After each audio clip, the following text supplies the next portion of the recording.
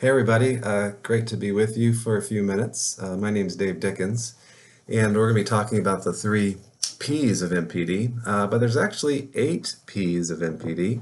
There's probably actually even more than 8, but we'll be talking about 3, and actually on your note-taking outline you'll see 8 P's listed with blank lines, and curious if you can come up with those 8.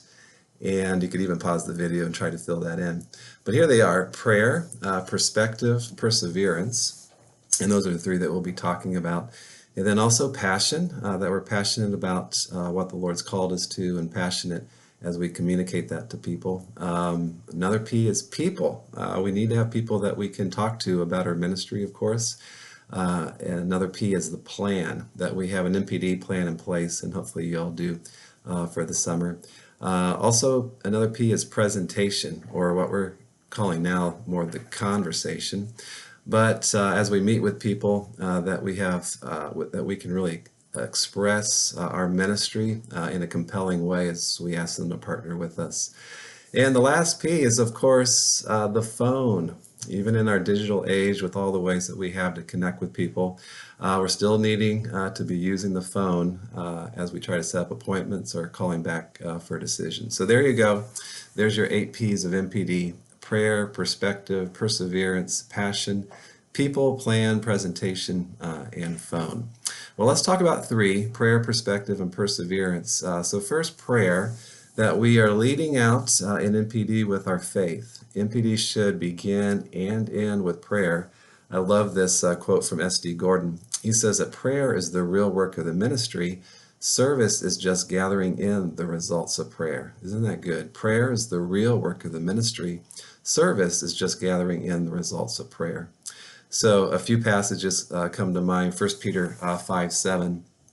Cast all your anxiety on him because he cares for you. MPD makes me nervous. MPD makes me anxious. Even after doing this for 30 years, I still get nervous when I go to make phone calls. But cast all those anxieties upon the Lord. Philippians 4:6. Do not be anxious about anything, but in everything by prayer and petition, with thanksgiving, present your requests to God.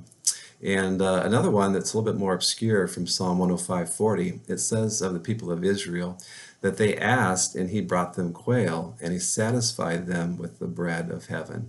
Just a beautiful expression of God's provision for his people. And then Psalm 5:3, David says, in the morning I lay my request before you, and I wait in expectation.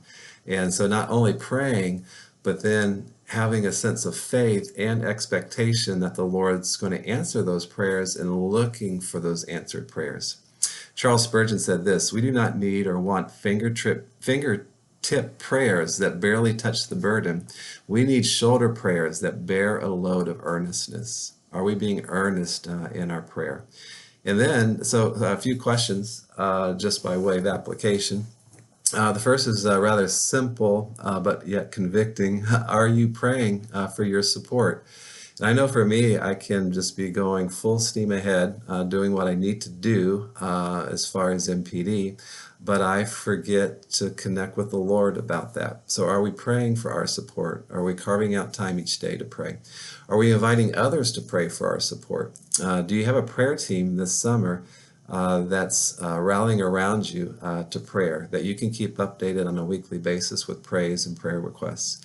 I love this from D.L. Moody. He says, we honor God when we ask for great things. It's a humiliating thing to think that we are satisfied with very small results. So another question is, are we praying prayers of faith? Are we praying and expecting and asking him for our full need, for the full measure to come in this summer? Are we praying prayers of faith? So that's our first P, is prayer. The second P is perspective, leading with our head, having a right attitude, a right perspective about MPD and about people and about the Lord, about us in this process. As a man thinks in his heart, so is he. It says in Proverbs 27:3. And I love what Paul says in 2 Corinthians 10. We take captive every thought and make it obedient to Christ. Part of this too is just remembering how the Lord has provided in the past. And that is so helpful as we think of those prayers that we prayed and how the Lord answered, or a significant gift that came in just at the right time, but remembering how the Lord's provided in the past. So in terms of right thinking, thinking right about people, first, just remembering and recognizing that people have a need and a desire to give, that even non-Christians, because they are created in the image of God, and God so loved the world that he gave, I even think that non-Christians have a need and desire to give. We keep some specific notes from ministry partners from over the years. And just, some of them just really get it. They love to give. And sometimes they'll send us a note. I have one friend who, from time to time, he'll send a significant gift to us, and I'll text Ken and say, hey, just noticed that got posted to our staff account. Thanks so much. And almost every time, Ken will say, well, it was really our pleasure. We love what you guys are doing. We love to support what you're doing. That's really helpful in terms of me having a right perspective about people. Remember Acts 20:35, it said that Jesus said it's more blessed to give than to receive.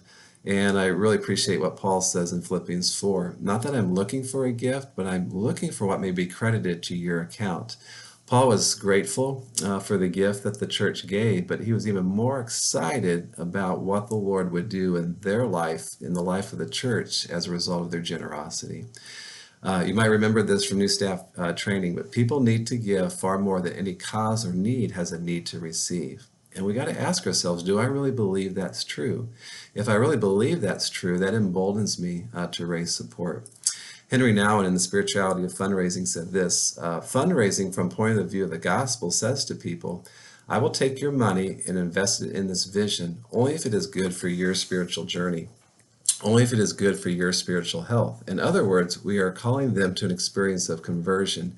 You will not become poor, but you will become richer by giving. So again, do I have a right perspective about people and their need and even their desire to give? But also thinking right about ourselves and what the Lord's called us to. The reality is we are involved in gospel work, whether we're on the field or in the office. We are a part about bringing the gospel to lost people, and we are very much worthy of mission dollars. I know that when we say that, it can sound a bit boastful or prideful, but the reality is that as we're engaged in bringing the gospel to lost people, that is such a significant, worthy thing for people to give to. And honestly, if I didn't believe that people giving to my wife Nancy and I was worthy of mission dollars, how could I really with confidence ask them to do just that? Henry Nouwen said, we are declaring, we have a vision that is amazing and exciting. We are inviting you to invest yourself through the resources that God has given you in this work which God has called us.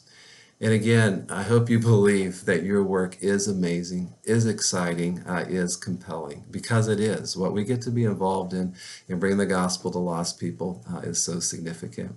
So a few application questions. Are you still passionate about your ministry? Are you excited about what the Lord's called you to? Do you view yourself and your ministry as a good investment of mission dollars? Again, not in a boastful way, but in a confidence that, yeah, this is really significant. And then are you sold out to your own vision? Or maybe you can ask the question, would I support myself? As I think about my ministry, am I so excited about that yes, I would definitely want to support what it is that I'm doing.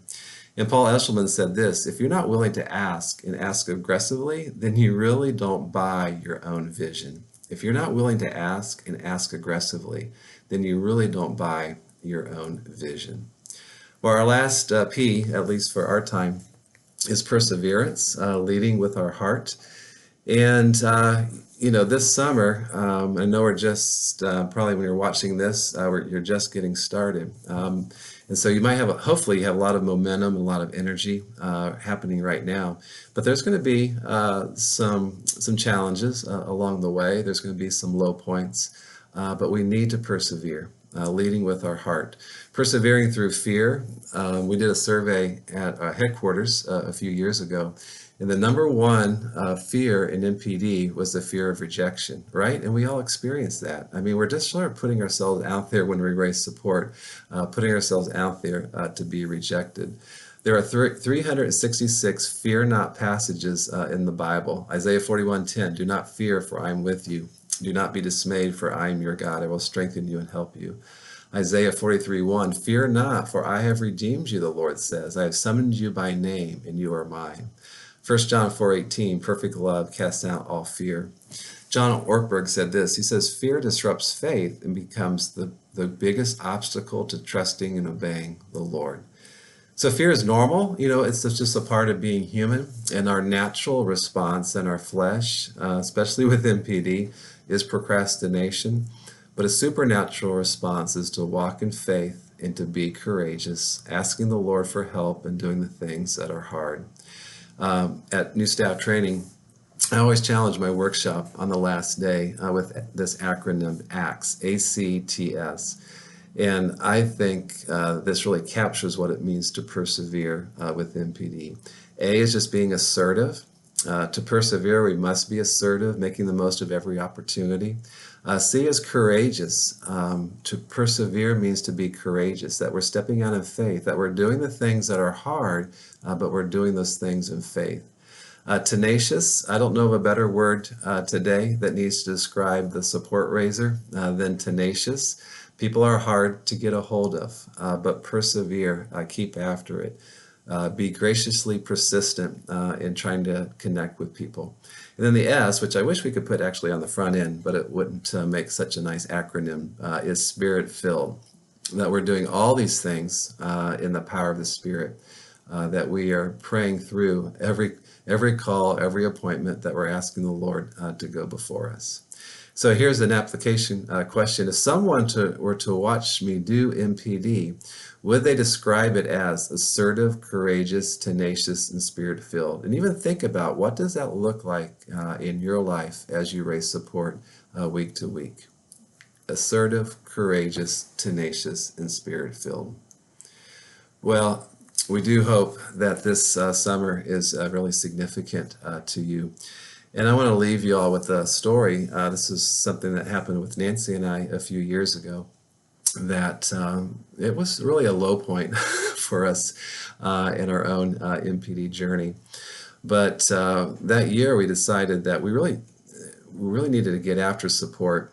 And so starting in January of that year, we started just spending a couple hours each week asking a few people or sending out some emails and following up typically on the weekends. And over the course of the year, I think by midsummer, we'd seen $600 or $700 new monthly support raised. So we were really encouraged by that. But then the letter in the mailbox showed up, and this letter was from our church, our sending church, the church that had been on our team for about 20 years. And I was nervous when I saw the letter. We don't hear from that church very often. And so I was a little bit anxious about what they might be communicating to us in a letter. And it was a hand-signed letter as far as the envelope. So that made me even a little bit more suspicious. So we opened it up, and our fears were realized as they were saying to us that they were coming off our team. And then even that same week, we got an email from one of our partners who had been on our team the whole time, and they were also leaving. So within 2 days, we lost $650 of support. And thinking about all the time that we'd invested to raise the $700 that year, that was just quite a blow. And I remember saying to the Lord these two words: why bother? Lord, why bother if we work this hard and then within a couple of days you take it all away? Why bother? I think we're done. I think we're ready to move on with something else. And I remember the Lord saying to me, why bother? Let me tell you, Dave, why you need to bother. You need to bother because this is what I've called you to. You need to bother because people are living life apart from the gospel, and I want to use you as a way to bring the gospel to lost people. And so that is why you need to bother. And so stop feeling so sorry for yourself and keep after it. and even think about where you'd be right now if you hadn't raised, or if I hadn't provided the $700 this year. So I got the message really clear, and we continued to persevere. But you might have, some of those experiences this year. You might also think to yourself, or to each other, if you're married, why bother? But just want to encourage you to keep after it. What the Lord's called us to is so significant. People are living life apart from the gospel. And I just pray that this summer that you see so much happen, that you are so encouraged, and that coming by Crew 19, that you're at full support. Thanks so much.